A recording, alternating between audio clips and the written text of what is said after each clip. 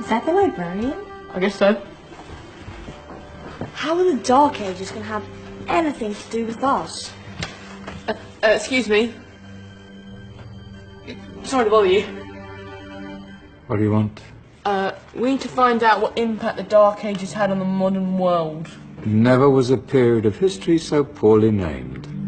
Don't touch. It's priceless. And I suppose someone's been filling your head with the usual nonsense, eh? 1,000 wasted years. A black hole in history, am I right? Yeah, sort of. You see, it's always the same.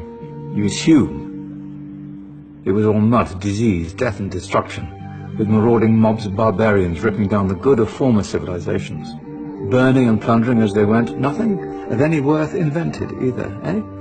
Oh, no. Go on, Beofrey. Sorry to bother you. Come on, it's probably not worth it. Everyone knows that the Greeks and Romans invented everything anyway. Oh, did they now? And you're sure about that, are you? You know, I might just have something for you. He seems to be up for the task. I suppose I could... Follow me. I've got just the book for you.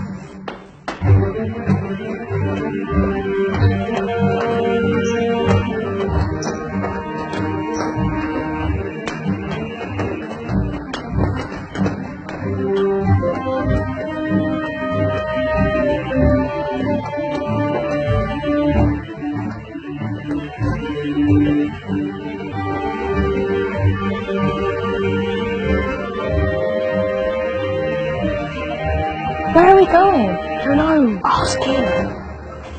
Excuse me. Where are we going? From darkness into light, my young friend. From ocean onto land. There are things you should know. Oh, yes, indeed. Yes, indeed.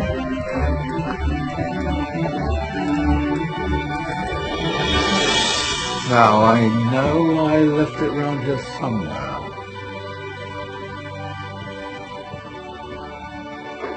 Ah, here it is. Now, take a look. If you dare.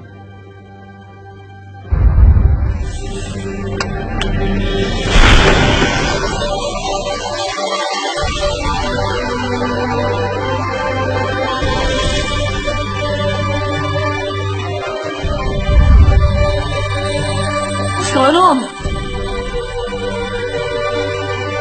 Welcome to the Dark Ages, or as it should be known, the Golden Ages. Who are you? I am Al-Jazari, engineer and ingenious inventor. I thought you said this was the Dark Ages. It doesn't look very... dark. That's because it's all a matter of perspective, my soon-to-be illuminated friend. Of course, there are parts of the world that weren't dark at all, but in a civilization that stretched from Spain to China, the golden rays of discovery and invention shone over everything. What civilization? The Muslim civilization, my young friend. Through scholars and scientists of various faiths, some of the most important discoveries known to man were made at this time. Discoveries that drew on knowledge of the ancients, but have more connections with your modern world than you could possibly ever imagine. Like what? Well, all sorts of things. I've got to get a picture of this. I knew it was a good idea. Who are you? Allow me to introduce Ibn al-Haytham, a great scientist whose ideas led to the invention of the camera. You invented the camera. I laid the foundations for modern cameras by explaining how our eyes work. I found a way of projecting an image onto another surface through a small hole in a dark room, later called camera obscura. Think of all the things that evolved from this discovery. Cameras, cinema, all share the same principle. Cool. Look out below! Who's that? That's my good friend, Abbas ibn Farnas, who gazed up to the heavens, passionate in his belief that man could fly. Whoa. Indeed, he dared to dream about flying 1,000 years before the Wright brothers. Do you know you all take your jet-setting holidays for granted, so it only seems fair to remember Abbas ibn Farnas. Stand by. I'm ready for takeoff.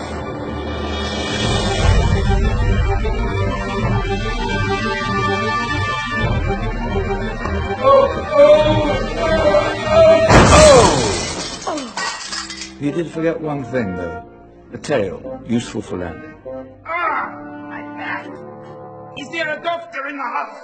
Did someone call? Ah, my old friend, why don't you introduce yourself to my young guests? I am Qasim al-Zahrawi. Many call me the father of surgery. Did you actually do surgery back then? Of course we did. In fact, many of the surgical tools that I invented are still used in your modern hospitals. Excuse me, the patient needs my attention. Scalpel? I think I may need some stitches. In that case, I'll use catgut. Catgut? From the gut of animals. Perfect for stitching up internal wounds. The surgeons are still using it today. Sorry, mustache.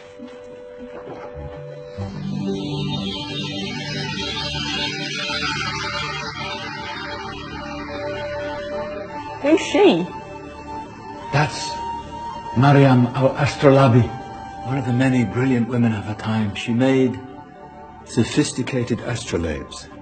Astro what? Astrolabes. They show the sky and the stars on a small flat plate you can hold in your hand.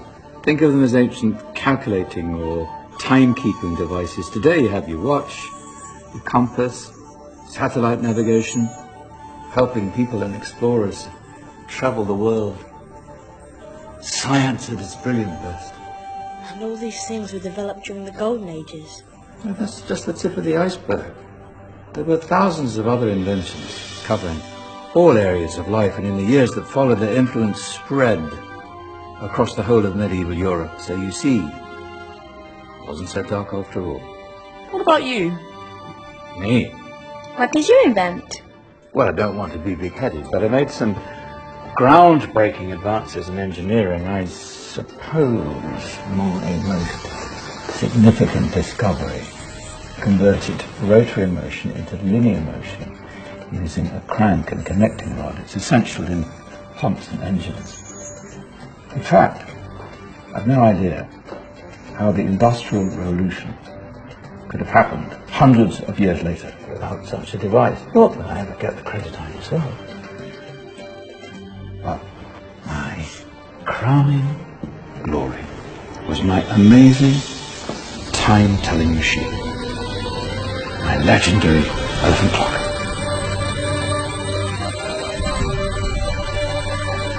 What's the clock? Yes.